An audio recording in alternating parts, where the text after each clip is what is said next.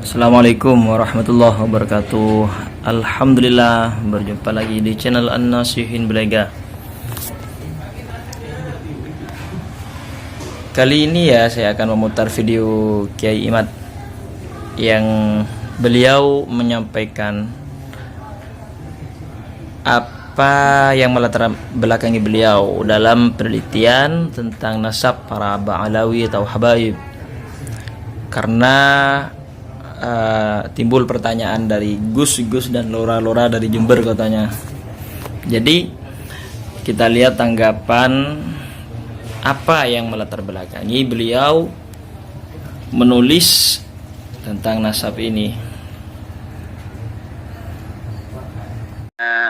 Permintaan dari beberapa Lora, beberapa Gus yang ada di Jember tentang pertanyaan apa yang melatar belakangi saya di dalam penelitian tentang nasab para habaib, maka dapat saya jawab bahwa yang melatar belakangi saya di dalam meneliti nasab habaib ini adalah ketika adanya fenomena-fenomena di depan publik, pengakuan-pengakuan dari seseorang yang mengaku sebagai keturunan daripada Kanjeng Nabi besar Muhammad sallallahu alaihi wasallam, baik ketika berceramah ataupun dalam kesempatan wawancara, atau juga saya pernah lihat di dalam sebuah sidang pengadilan di mana ada seseorang yang mengaku sebagai keturunan Rasulullah bertanya kepada seorang kiai yang menjadi saksi, apakah Nabi Muhammad itu adalah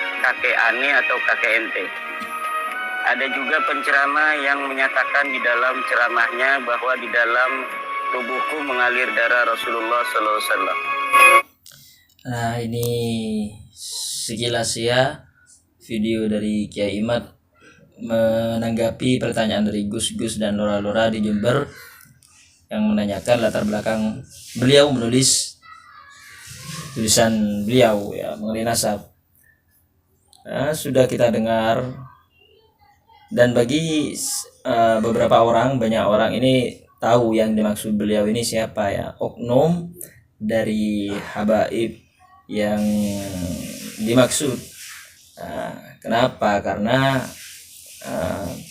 kata beliau ya tidak patut, tidak sesuai orang yang mengaku keturunan Rasulullah tapi akhlak dan perilakunya seperti itu kata Kiai Imad. Dan kalau saya sendiri, saya tidak mau suudzon terhadap Kiai Imad, tidak. Beliau adalah seorang ulama, saya menghormati ulama, tidak hanya habaib.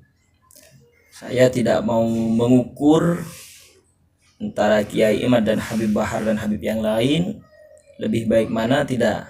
Saya menghormati Kiai Imad ya, tidak mau saya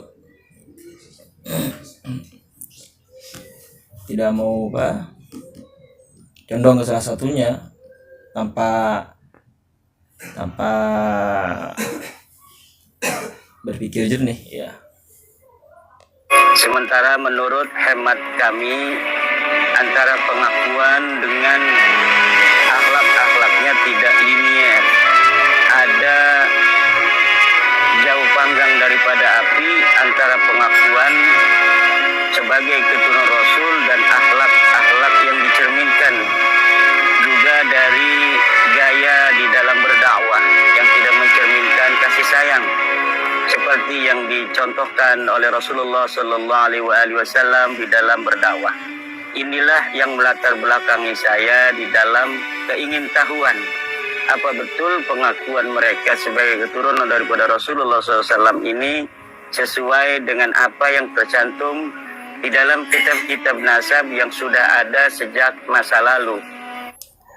Nah, sudah, tidak usah panjang lebar. Intinya penelitian beliau itu yang melatar belakangnya adalah beberapa oknum Habib yang tidak beliau sukai dari perilaku dan tutur kata dan akhlaknya. Ya, sebenarnya tidak bisa kita pungkiri hal tersebut. Iya, saya tidak mau memejamkan mata terhadap satu pihak tapi terhadap yang lain cari kesalahan atau semacamnya. Kita harus eh, menilai dengan imbang, menilai dengan mata kebenaran ya. Seharusnya itu bagi Robitoh Alawiyah setelah ada kejadian ini, mereka bisa mempertimbangkan hal-hal, banyak hal kenapa kejadian seperti ini sampai terjadi. Maka harus mengontrol dan menjaga anggota-anggotanya, karena seperti disebutkan dalam kitab Lubabul Ansab ya, itu karya Ibnu Funduk Al-Baihaqi. Beliau mengatakan seorang nakib, pengurus, pemimpin para habaib, yakni kita nilai di sini adalah Robitoh Alawiyah, itu harus menjaga oknum-oknumnya, menjaga para keluarganya. Yang sebagai sadah Alawiyah diperingatkan jika memang ada yang salah, ditegur. Kita lihat pesan dari Ibnu Funduk Al-Baihaqi dalam kitab Lubabul Ansab. Beliau adalah ulama yang wafat pada tahun 565 ya Hijriah. Adabun nuqaba, adab seorang nakib, para pemimpin, pengurus para habaib.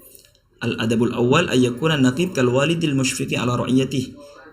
Seorang nakib harus seperti orang tua yang mengasihani putra-putranya. Man jana minhum jinaitan addabahu ta'dibal walid waladah. Jika ada yang berbuat salah, berbuat jahat, harus ditindak, dididik, ditertibkan. Kemudian al-adabul khamis, adab yang kelima, alla ya'murul 'amiyah hatta yu'addibal 'alawiyyah bi ta'dibi ma yajibu ta'dibuhu minal 'alawiyyah. Jangan menyuruh orang lain sampai dia menyuruh anggotanya sendiri, sehingga dia mendidik anggotanya sendiri dengan didikan yang wajib dilakukan oleh nakib, seorang nakib kepada seorang alawi. Jadi yang harus ditertibkan terlebih dahulu itu ya dari golongan sendiri, para oknumnya.